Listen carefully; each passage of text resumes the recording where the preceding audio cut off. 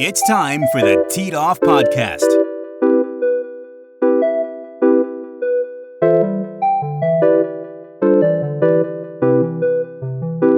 Okay, it is episode 27 of the Teed Off Podcast. I'm Ben Clyburn. I'm here with my co-host Aaron Thomas. Aaron, how's it going? Good, Ben. How you doing today? Man, we've had some golf. We've had a lot going on in the golf world lately. Locally, too. Locally, yeah. We've had amateurs flooding the beach per usual during the spring. Yep. Just wrapped up some professionals. We'll talk about that. The agenda of the show today, Myrtle Beach Classic recap. What an awesome weekend it was. You and I were both there on different days, so we can talk all about that. Yeah. Let's talk briefly about the funeral that is LIV Golf. Does anyone care? Yeah, well, I care enough to mention it. There's been a little bit of news since our Masters episode, so we won't be talking about it much more unless we're going to be surprised. No, I mean, obviously the guys that are still on LIV, they don't seem too concerned about it, so which I find interesting, but I don't know. We'll chat about it. Yeah. It's what we thought was going to happen. PGA Championship week. Let's pick our sleepers. Let's pick our favorites. Yep. That's going to be an awesome tournament. And then we'll hit the back nine. We'll talk about the package of the episode, talk about some Myrtle Beach rounds updates and what the spring is shaking out to be and fall golf looking ahead. And then the accommodations of the episode and what teases off. Sounds good. Let's jump in. The front nine. Okay, the front nine. I am still buzzing off of how great the Myrtle Beach Classic was. It was a great finish, great setup. The course looked, I mean, if you were there in person, the course looked great. It looked great on TV. Everything was set up good. Seemed like everybody had a good time. They avoided any real major weather. I think a little rain delay on the first day, Thursday, which was the day I was there. But other than that, great weather weekend for it and big names on the leaderboard too. I would not want to see the Dunes Club's water bill. We have not had significant rain in the Myrtle Beach area in about 160 days. Yeah. That place was lush. What a golf course the Dunes Club is. And to host a tournament like that. And you were there Thursday. I went Saturday, enjoyed it so much, went back Sunday. Nice. Followed Brooks Koepka's fiery 29 on the back on Saturday. Putter went cold on Sunday, but the gallery that followed him was amazing. You could see it on Thursday when I was there because which I was lucky enough to be in the suites on 18 green, and he had teed off earlier in the morning. So I was like, by the time I got there, I was like, we'll hang until he comes through. And I even said, you're going to know when his group's coming up because he'll have a gallery. And sure enough, when they rounded the corner from 17 to 18, you could just see all the people filtering down.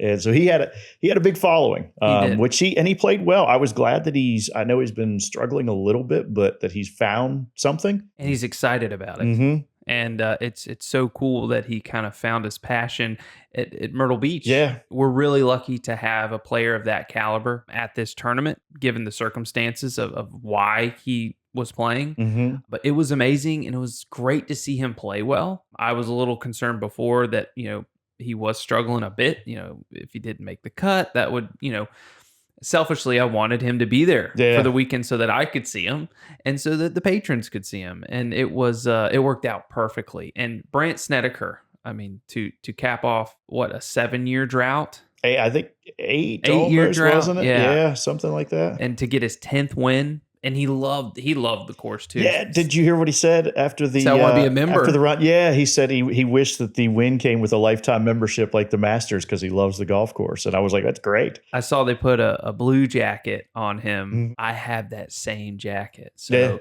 next tournament.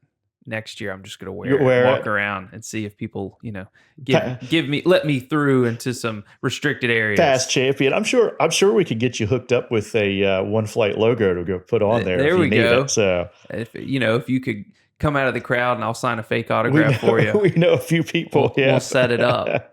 But to see the people out there and the meadow in between 18 and around 17 area. Oh, the fan zone. Yeah, the fan that was zone. on 17 is fantastic. I walked up and checked that out on Thursday when I was there and really enjoyed it. They had bigger merchandise tent than they've had in previous years. Of course, as the tournament continues to get bigger, I'm sure that will too. The Beach Boys playing on the ocean front. John Stamos. Yeah, Salty Golfer on 13 on Waterloo was amazing. He was on the ocean front last year, which was great, but every time somebody made it on in 2, he threw t-shirts and people were going crazy. Yeah. I mean, it was like a rock concert I on didn't 13. see how many people made it on in 2, but I figure it's doable with that bunch. Yeah, I mean, if the pin was in a good spot, it was, why not go for it? And then if you get in the bunkers and that pin's further back, you still got a good birdie shot. So why not? A lot of people tried. Yeah. And which I'm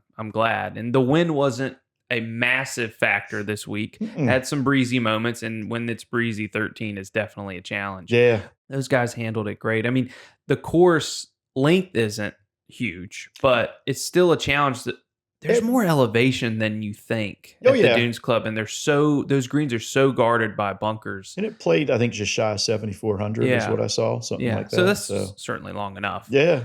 But Brandt Snedeker, who's not a bomber, he had to play with touch. His putter is what did it for him. That shot and on some 16. short games. The yesterday. Scramble. Yeah. So, I mean, Koepka's putter, like I said, went cold, or he could have really been in contention. I thought he was going to make a bigger run on Sunday than he did, but even so, he still played good golf. I ran home after the round Sunday because there was still some golf left to be played at Quail Hollow. And I'll be honest with you, there was more people at the Myrtle Beach Classic. Yeah. I mean, I know I was there and the energy was there, but I thought, to me, I would have rather been at the Dunes Club this weekend than at Quail Hollow. Yeah, I mean, as a fan, I know there's points and we're more money. Too. Yeah, we are totally. But I think last year I went on Saturday, complete washout.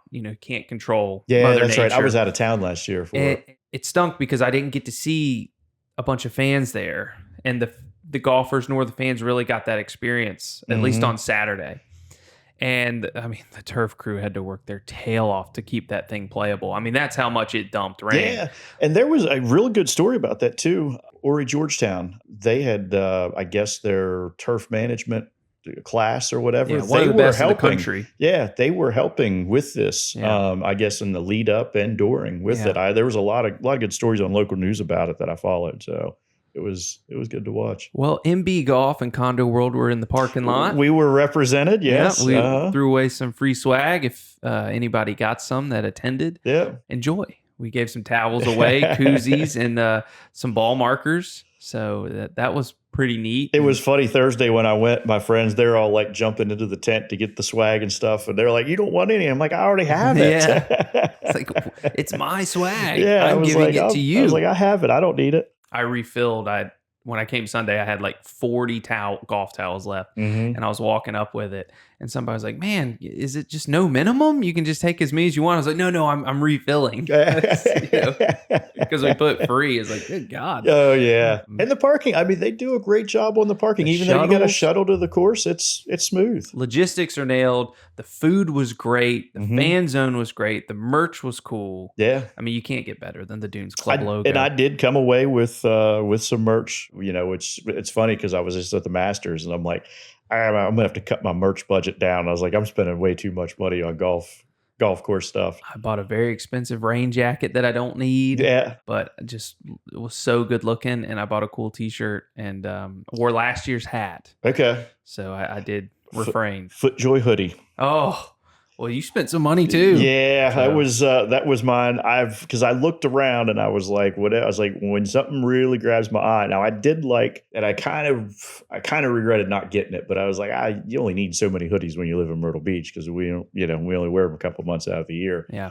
And they had a really neat one that was green that had an alligator that was like popping out and waving or something. I can't remember the exact or what it was, but it was like a t-shirt hoodie. And I really liked it, but I was like, the one good thing for me with FootJoy is I know my size and I don't have to try it on, where sometimes you got to try stuff on if you're not sure. Yeah. And FootJoy runs big too. Yeah. So if you get it wrong, Yeah. Yeah. And, that tent's not there this morning to return it. No, but So- I know FootJoy and I know my size, and I was like, I could just pick that right off the rack and I'm good. And but I had some friends, they bought a bunch of stuff. But like I said, I just being at the Masters and spending money on merch there, it was like, yeah, I got to dial it in a little bit. Yeah. Well, hats off to the Dunes Club. Great job. Hats off to the PGA Tour. Hats off to the Myrtle Beach Chamber. Hats off to One Flight. Mm-hmm. Great tournament. Yeah. Cannot wait for next year. If we keep getting weather like this tournament is here to stay for a long time. Oh yeah, we'll be in year 4, and it does sound like it's it is catching a little buzz on tour with some of the guys because they really like the course, they like the location. Yeah. So I think we got a long ways to go with this thing. Yeah. So can't say anything else. It was a great weekend. I'm still buzzing from it. I really am. I mean, it was just so much fun. And then I had to pinch myself because I'm like, man, I've played this course. Yeah, me too. I drove 10 minutes from home to come see this. I mean, it's just amazing. It's the most amazing thing to me is when you're actually out there on a course you've played, but you see what they do, like like where you end up with the drive, and how you play a hole.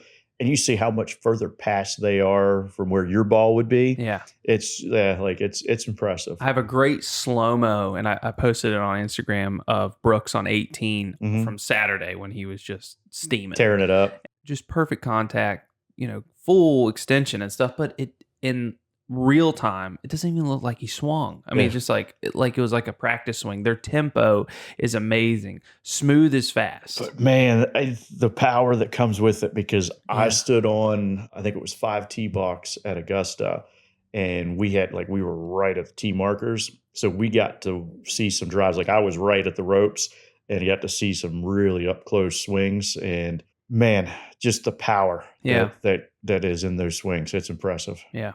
It is. I mean, they're pros for a reason. Exactly. Yeah. So, and we're not for a reason. And Brooks will work his way back. I mean, he is. He's an athlete. He's gonna get himself back into form. And what better time when we get ready to preview the PGA, because it's one of his best. Well, let's talk about back from where? Back from LIV. So Brooks, one of the first guys to come back. Patrick Reed will be back soon. In between the last episode and now, LIV has lost their funding. That originally they had funding through 2032 or something. Now they have funding through the end of the year, and the PIF and Yasser are pulling out. Yep. And they're desperately looking for funding. They're looking in investment banking and some VC people to see if they can get some funding. If they do, I think LIV is going to look a heck of a lot different than it already does. They're canceled some June events. The CEO is being awfully cagey with some remarks, which he's kind of in a tough situation. I don't know what you can say that's going to calm anybody down. Rahm has struck a deal with the DP World Tour, so his pathway back is kind of set. Bryson DeChambeau's mentioning stuff about YouTube, which is hilarious because he was initially against that earlier in the year for the World Golf rankings or whatever. He felt they asked him to play in too many events or something like that. But now that he needs it, they had funding through 2032 during that criticism. Yeah. Yeah. So it's, there's word that Rahm and DeChambeau's people were reaching out to the PGA during the Masters to see how they could come back. So we will see what happens. But to me, I think LIV closes up shop. It's almost going to have to. I mean, I can't see it. Are those guys going to, even if they don't, are the guys that all went over to LIV, are they going to be content playing for smaller purses now? And I mean, that's why they went there. It have to be big renegotiations. Yeah. Bryson has a lot of leverage, but you can't, the blood out of a turnip figure of speech comes into play here. Yeah. You can't pay him that because they don't have it. I mean, he can be the only star, but, and he's saying that he'll be a YouTube golfer or something. His people are trying to find him a way back. Yeah. And I mean, obviously, if you've heard Rory say about Brooks coming back, and like Rory even said, like, it's like he can't believe that Brooks, has gone through what they've asked him to do. Yeah. And the amount of money that he sacrificed to come back to the tour. So is it going to continue to be, which I hate to say it, Brooks has done it. He set the precedent now. So the guys that come back should have to do the same exact thing. They got to pay their money and pay their dues. I Yep. mean, that's just because, you are Bryson or you are John Rahm, you shouldn't get any free passes out of it. No. Brooks doing it right. I mean, look, Brooks was just playing here this weekend, trying to re-cement himself back on tour. Paid $5 million to charitable organizations. I mean, so he's earned his way back. But they do say it could be a stiffer penalty to come back for these guys because Brooks did it during an open negotiation period or something, or an open window, whatever they called it. So it could be worse for him. Well, if you're the only gig in town, why would the PGA Tour, lay down? Yeah, PGA Tour wants the names. They do. But the point is valid. What you said, it's like why be easier? But the tour could really, they can kick back and say, we're doing just fine without you.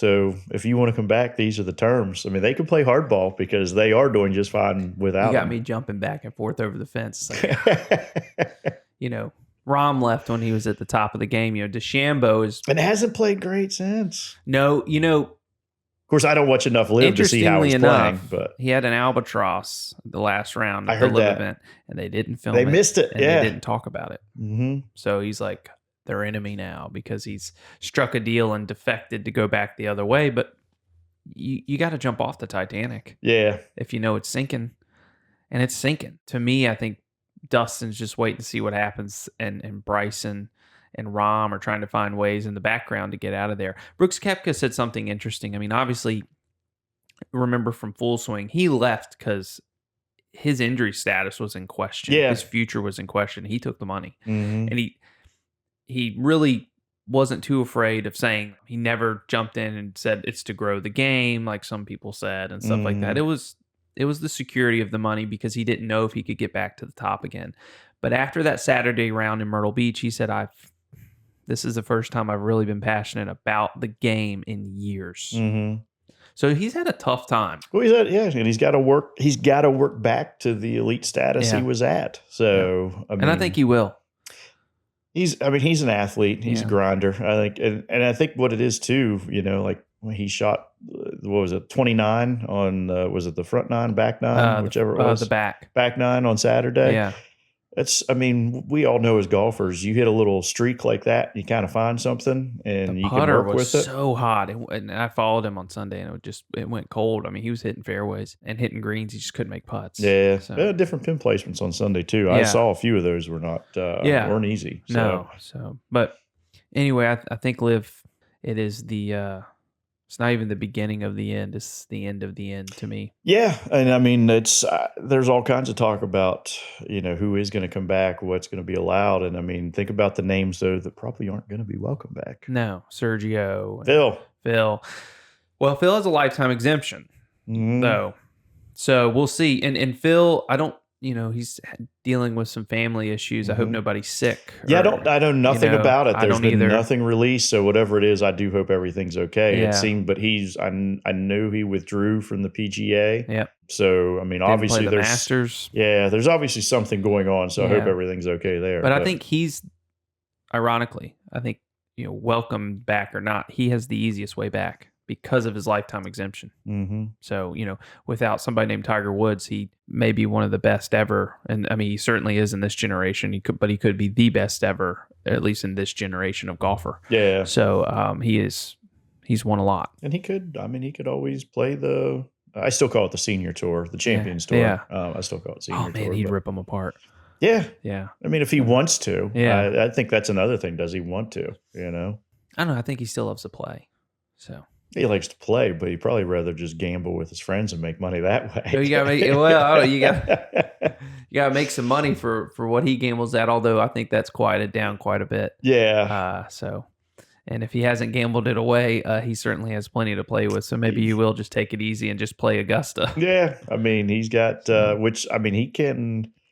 I think he can pretty much play. I don't know what his status is for the other majors. I know PGA's a lifetime. So is it? Oh yeah. Yeah, he's the got PGA a Championship. Mm-hmm. Okay. Well, U.S. Open and Open Championships 5 years, I think. So this is, I think, the last year of his exemptions. Yeah. Well, for 2, that. 3, 4, 5, 6. Yeah. Yeah, because I mean there are players that are playing in the PGA. I just saw because I Oh yeah, remember because when he's Daly plays in it every year. Daly does. Yeah. Jason Duffner's playing. Yeah. A lot of Right. guys that have only. I mean, Rich Beam still plays in it every year. So yeah. He sometimes plays good. yeah. So Beam. So I mean, he'll have his moments. Phil will. Yeah. Well, I hope everything's okay. That's the Yeah. most important part because he's certainly entertaining. Mm-hmm. Well, let's talk about the PGA. It's going to be great. I'm excited for it. It is upon us all. I'm still not used to the schedule change. I know it's been a few years now. Yeah. I honestly prefer it at the end of the summer. I love calling it Glory's last shot. I understand that they want to make the FedEx Cup playoffs more glorified, so that's not Glory's last shot. So I get it. But PGA is coming up. The odds are very similar to the last 5 or 6 majors. Mm-hmm. Who is your favorite for the PGA Championship? I mean, I say it every time. I mean, but Scottie Scheffler hasn't won. He's got a bunch of second places, but he hasn't had a lot of wins. So he's your favorite. Based on, I'm still going to say Scottie Scheffler.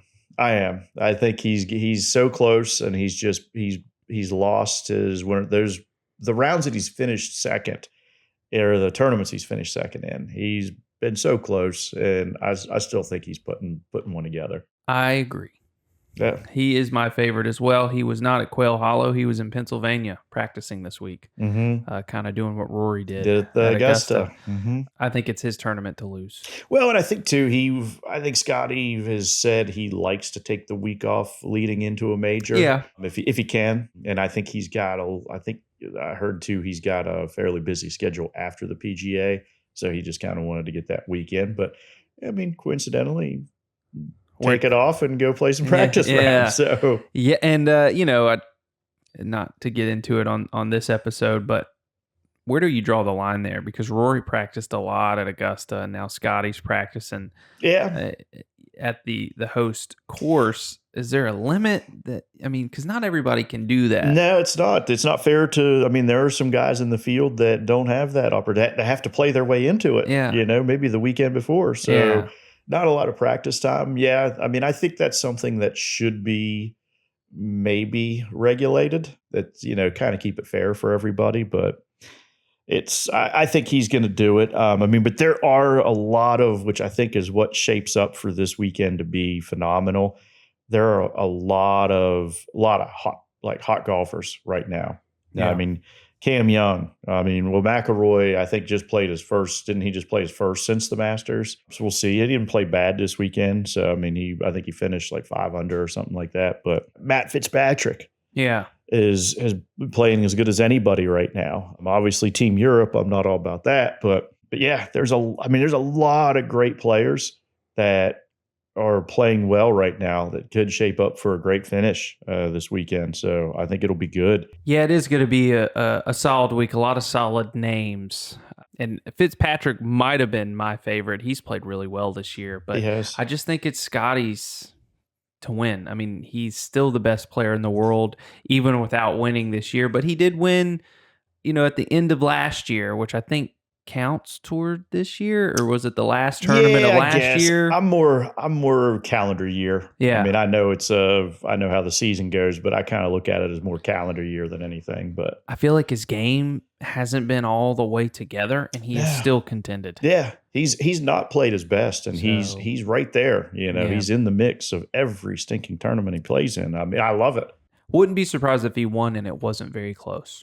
That's an interesting take. I think it's going to be tight. I think it's going to be a loaded leaderboard on Sunday, and it's just going to be a fun watch. I think it's going to be a Bombers tournament.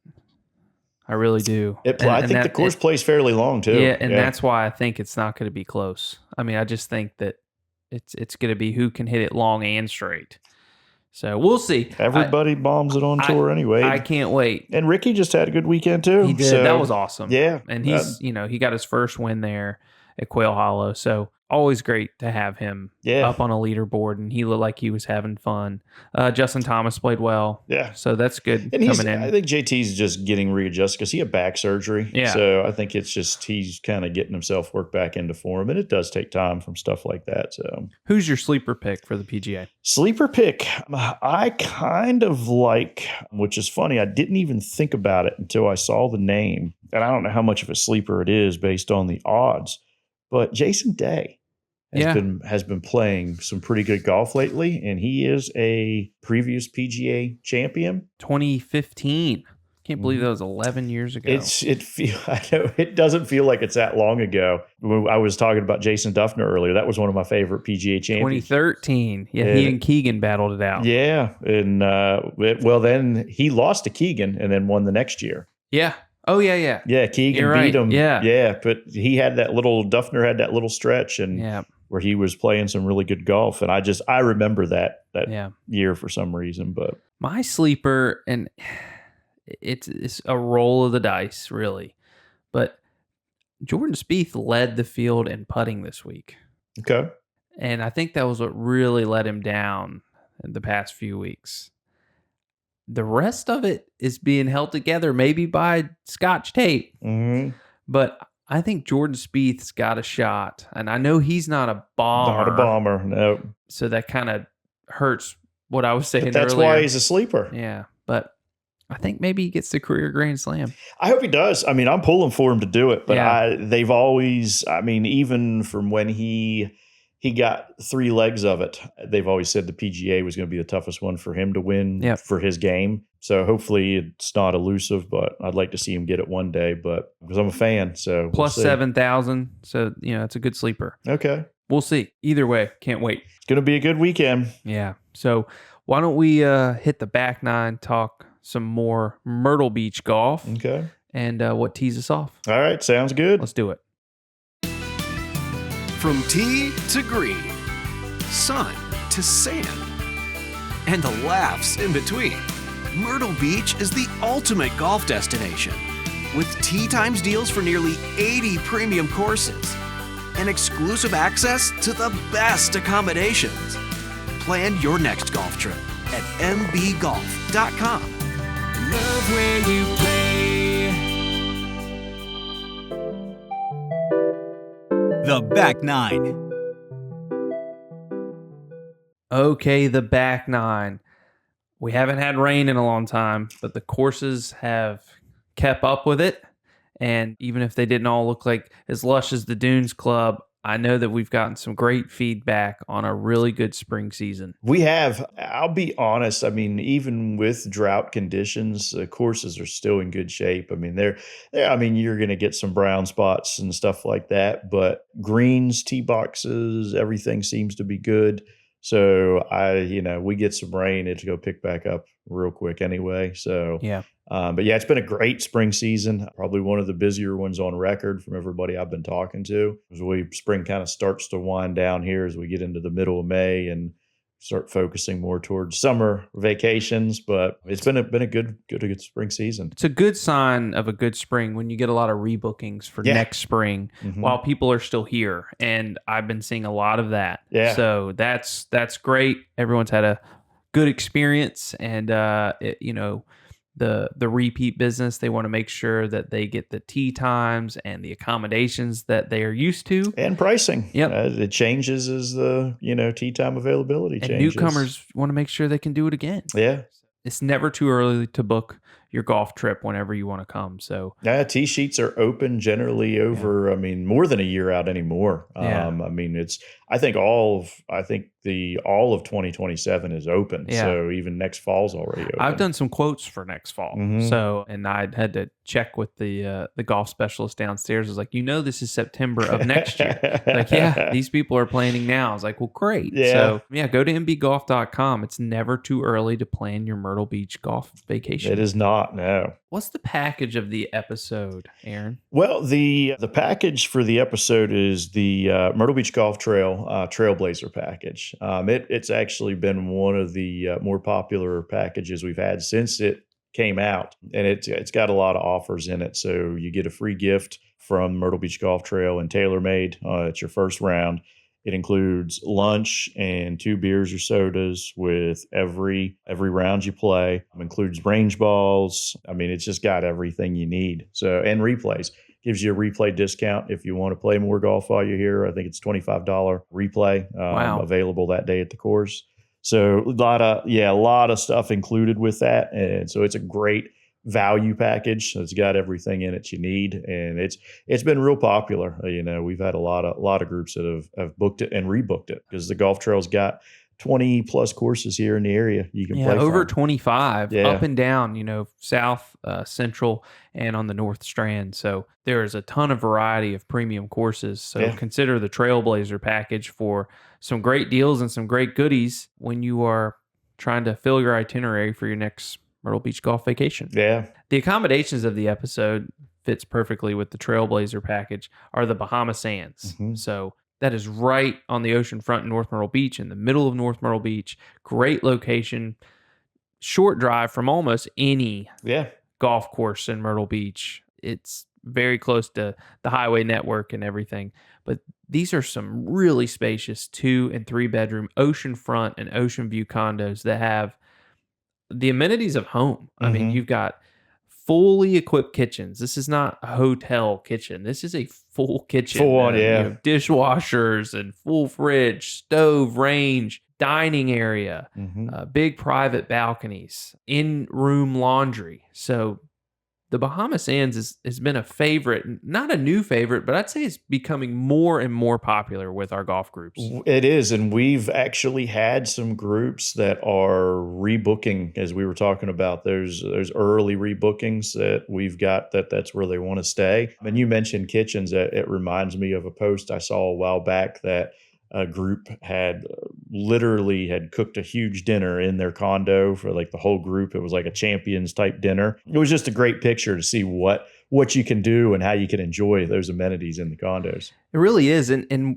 at a time when the economy might be a little shaky and you're planning your trip, but you want to be a little bit more on a budget. I mean, there's amazing things after the round to do in Myrtle Beach, and one of them is dining. The dining options are endless. Utilize the beach and cook in your room. Cook in your room. At least it doesn't cost a lot. Yeah. I mean, I know some of the big groups, they'll say, hey, listen, so-and-so's going to do dinner this night. So-and-so's going to do dinner this night. And then we'll go out the last night or, something of that sort. That's really something to consider that I don't think everybody knows how capable these kitchens are, and they're fully equipped. They've got pots, they've got pans, and if you need something, you just call us. Well, you got to have capable group members that can cook, though. Yeah, that's true. There are like some of my friends, I would not want them cooking for me on a vacation. Well, listen, if a significant other can help you prepare some great meals on the way down, the fridges will hold that food, and you can reheat it in the oven. And if you can't figure that out, then maybe go out to eat. Yeah. So, but the Bahama Sands pairs well with the Trailblazer package. Those are the accommodations and packages of the episode. Last but certainly not least, teed off. Yeah. I'll go first. Mine's an anticipatory teed off if it doesn't happen. I'm so excited about the Myrtle Beach Classic. I think it needs its own week. I really do. Okay. And if they don't do it in the next year or two, I don't know what the contract's like for the time period. Yeah. They need their own week. I'd like to see more talent. I'd like to see more Brooks Koepkas play in this thing. Myrtle Beach has got everything. Yeah. And if we can get more stars to come play, I think the sky's the limit for this tournament. And we've proven, the winning score wasn't 30 under. And the conditions were great. The course holds up just fine. Yeah. So I would like to see more names. There was plenty of people certainly could hold more. We've got accommodations galore up and down the beach, great restaurants. It's a destination for a tournament. And, the first year was proof of concept. And now One Flight is the title sponsor. Let's keep it going. Let's get our own week. I don't know when that decision has to be made after this run.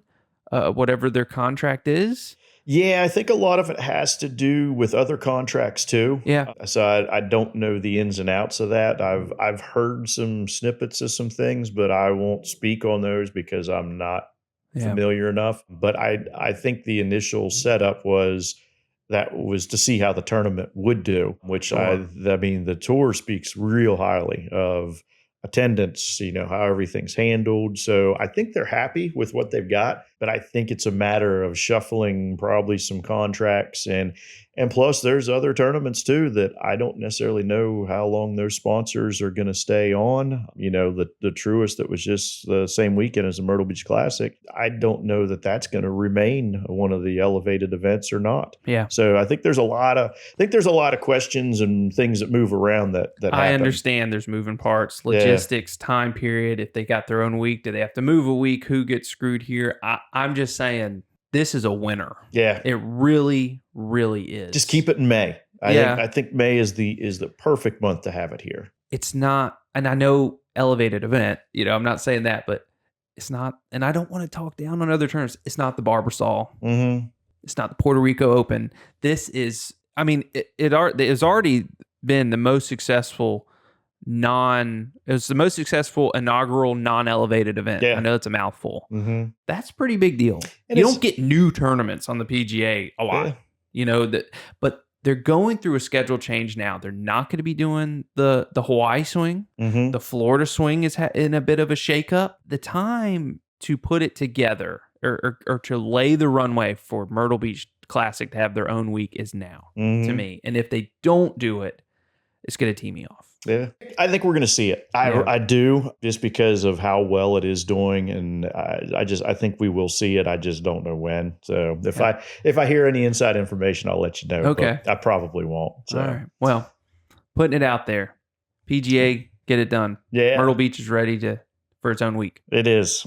What tees you off, Aaron? Well, it's and something that I didn't talk about earlier too was all of the wildlife and nature that was actually seen on TV during the Myrtle Beach Classic.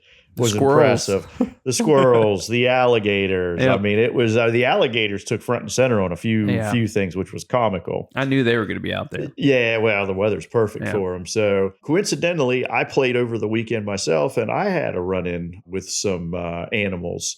And the geese, a whole family of geese, were having, I don't know if it was dinner time or snack time, but they were just a pecking away where my ball was in the fairway. Yeah, I was in the fairway, which made it even worse. They couldn't be off somewhere else.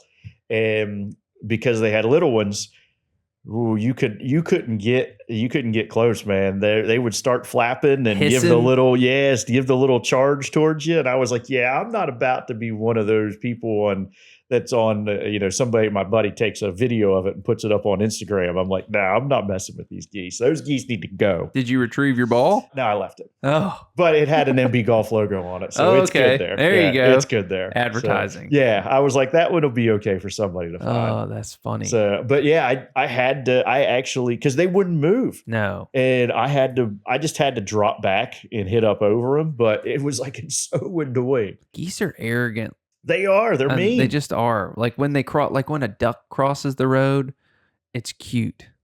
I don't know how to describe it. And they're expedient getting across the road. When geese cross the road, they're like, yeah, it's like they don't care. But it's funny too. When I would approach the ball, the little geese would like take off, like because they were scared.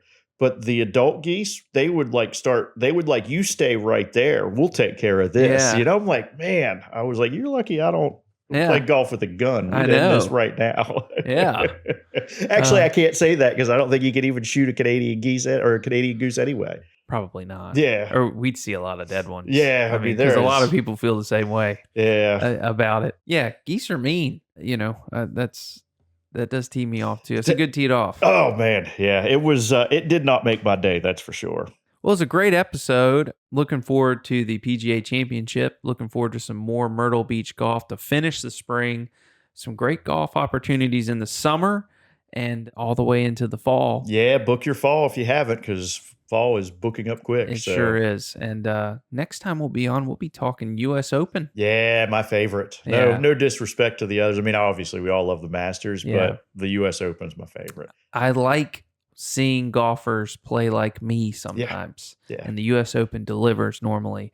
and it's at Shinnecock, right? It is, yeah. So it will do that again. I have a buddy of mine, his favorite saying about the U.S. Open is he likes the course to show its teeth. Yeah. That's what he wants.